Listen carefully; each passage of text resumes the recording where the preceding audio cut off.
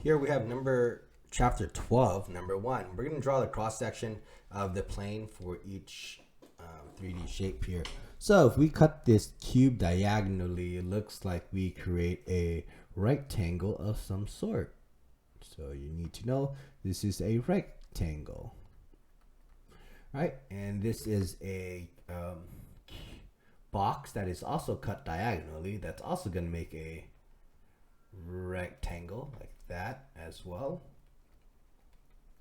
And then here it looks like we cut it diagonally, and that's going to create a triangle. And here we cut the right triangle vertically, so it's going to make a triangle, especially a right triangle.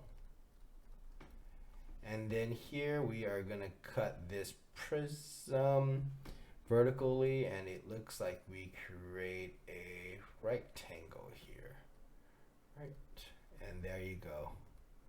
This is very visual to see how we get the cross sections.